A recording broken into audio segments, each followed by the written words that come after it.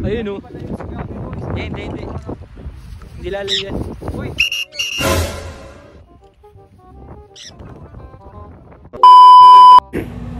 Hi guys, so simulan na naman tayo sa pag-refight.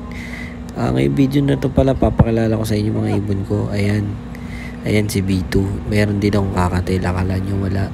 So 2 years old na yan, pinangalanan kong B2 kasi meron ako dating ibon na B1.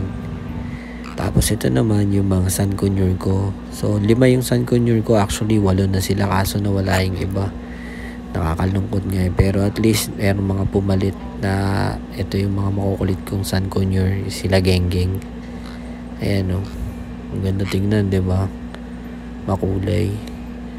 So sila yung mga flyers ko ngayon. So meron ako 5 Sun Conure, diba? Pinapalipad ko sila sabay-sabay. Nagsasama-sama naman sila. Tapos ito naman yung kulay red, yun si Gami. Yan yung Eclectus ko. Kaso hinayaan ko muna siya maglandi dyan sa ibon nila Lucky Boy and Friends. Yung ekle na kulay green, yan pala si Ete Boy.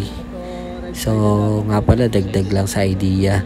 Kapag kulay pula yung Eclectus, babae sila. Kapag kulay green naman, ito yung mga lalaki. So yan, hinayaan ko muna si Gami maglandi. Tapos as usual, syempre alam nyo naman, pre-flight yung content natin. So mag-stick tayo dun sa pre-flight content. So ayan na nga, kasama ko pala si Alaska, kilala nyo naman yan. Tsaka syempre si Lawrence or si Soiti kung tawagin. So kami yung tatlong mag-iibon dito sa South. Absent yung isa namin kasama na si Sir Vince. Ganon din si Sir Rigor. Tapos yung Bernard naman, di rin pumunta. So ayan na nga, binitawan na namin. So sa unang lipad, medyo mali yung pagkakahagis namin. Nga pala kung sa mga kasama ko dyan nagpi-pre-flight, mas magandang nasabay-sabay kayo magpalipad. Kumbaga isang direction lang para at least nagpa-pluck yung mga ibon nyo pag lumipad. So dyan ang gulo, diba? Sabog-sabog. Ang hirap din panoorin yan. Mas masarap panoorin yun talaga magkakasama kasi relax lang kayo, diba? Parang ang sarap lang tingnan kapag gano'n yung liparan. Pero dito, yan, bumaba na nga yung isa. Kasi nga, ang gulo ng lipad. Kumbaga, para sa sarili, ang gulo na itong mga to. Baba na nga ako. Tapos yun, nagbabaan na sila. Yan, may bumaba pa akong isa. Pero ang matindi rito, yung ang tagal na panahon kung di pinapalipad na si Gami.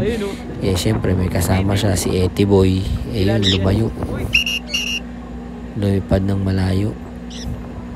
Siyempre, kinabahan din tayo kasi isa pang challenge dito sa liparan na to, ang lakas ng hangin. Pero para makita ko si Gami tsaka si Ete Boy na ganyan yung nilipad, parang nakakatuwa din. 'Di ba? Parang damang-dama nila yung kalayaan sa paglipad. Sarap talaga niyan kasi panoorin nyo, 'di ba? Hindi sila natataranta, masaya lang silang lumilipad. Ganoon naman talaga yung pakay namin dito sa pag-iibon eh.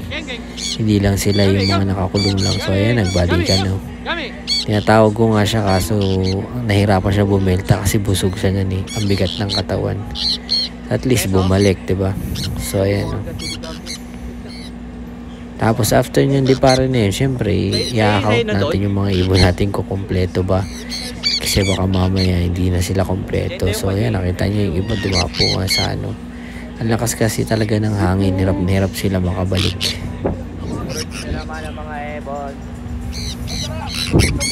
So yun na nga, yun yung mga ibon natin, pinapakita ko kompleto naman. So yun, salamat sa panonood dito sa vlog ko. Sana nakilala niyo yung mga ibon ko. So ang plano ko kasi actually, gusto ko sanang kompletuhin yung sets ng mga ibon, iba't ibang klaseng ibon, na kung saan pwede ko silang paliparin na magkakasama. Wala pa kasi nakakagawa nun eh. So salamat, pa-share na lang. Thank you.